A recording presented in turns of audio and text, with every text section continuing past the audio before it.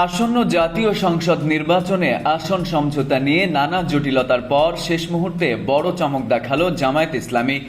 আন্দোলনরত ৮ দলে বীর মুক্তিযোদ্ধা অবসরপ্রাপ্ত কর্নেল অলি আহমদের নেতৃত্বাধীন এলডিপি এবং জুলাই বিপ্লবের নেতৃত্বে থাকা তরুণ যোদ্ধাদের দল এনসিপিকে যুক্ত করে ১০ দলীয় নির্বাচনী সমঝোতার ঘোষণার মধ্য দিয়ে দেশের রাজনীতিতে নতুন এ চমক সৃষ্টি হয়েছে।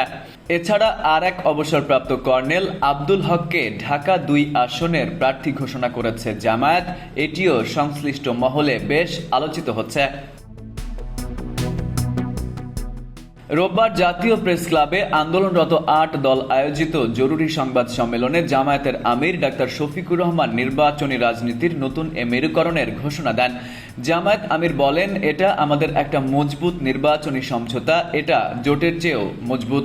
সারা দেশে ৩০০ আসনে আমরা বসে আলাপ আলোচনার মধ্য দিয়ে বিভিন্ন আসন নির্ধারণ করেছি।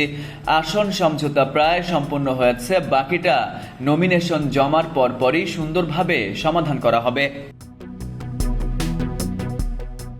এদিকে আসন সমঝোতা নিয়ে সংশ্লিষ্ট দলগুলোর মধ্যে চাওয়া পাওয়ার হিসাব মেলাতে বেশ জটিলতা দেখা দেয়। গতকালের সংবাদ সম্মেলনে ১০ দলীয় নির্বাচনী সমঝোতার বিস্তারিত তুলে ধরেন জামায়াত আমির।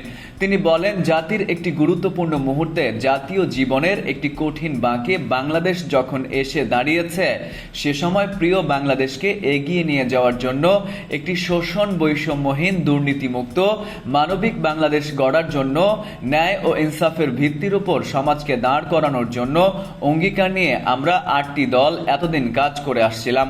আজ আরো ২টি দল আমাদের সঙ্গে যুক্ত হয়েছে। দল দুটি হলো এলডিপি ও এনসিপি। আসন বন্টন প্রসঙ্গে জামায়াত আমির বলেন, এখানে একক কোনো দল আসন বন্টন করবে না। আমরা যেখানে যার ন্যায্যতা তার ভিত্তিতেই আসনগুলো তাদের হাতে তুলে দেব। জামায়াত কতটি আসনে নির্বাচন করবে এমন প্রশ্নের জবাব এড়িয়ে যান তিনি। এদিকে ১০ দলের কে কতটি আসন পাচ্ছে তা নিয়ে সংশ্লিষ্ট মহলে বেশ কৌতূহল বিরাজ করছে।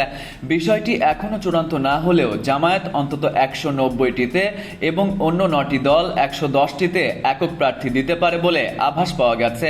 সেক্ষেত্রে এনসিপির ৩০টি আসন পাওয়ার সম্ভাবনা রয়েছে। ইসলামী আন্দোলনও ৩০টির বেশি আসন পাচ্ছে। এছাড়া এলডিপি পেতে পারে ৬টি আসন। Farid Ahmed, IBTV, USA.